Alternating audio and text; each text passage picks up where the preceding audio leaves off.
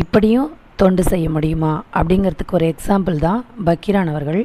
அவர் என்ன செஞ்சுருக்காரு அப்படின்னா, வடலூரில் வள்ளலாரோட சத்திய ஞான சபையில் ஒவ்வொரு வருஷமும் தைப்பூச விழா பிப்ரவரி மாதத்தில் நடக்கும்.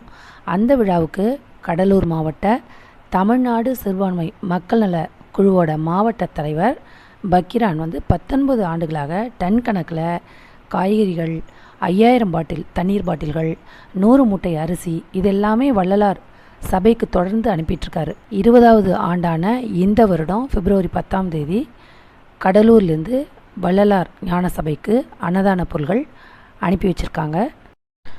அவர் என்ன சொல்கிறாரு அப்படின்னா, இஸ்லாமியரான எனக்கு மதங்களை கடந்து ஜாதிகளை கடந்து மனித நேயம் காத்த வள்ளலாரை சின்ன வயசுலேருந்தே ரொம்பவும் பிடிக்கும். பசியென்று யார் வந்தாலும் அவங்களுக்கு பசியை போக்கியவர் வள்ளலார். வாடிய பயிரை காணும் போதெல்லாம் என் உள்ளமும் வாடியது அப்படின்னு சொன்னவர் வள்ளலார்.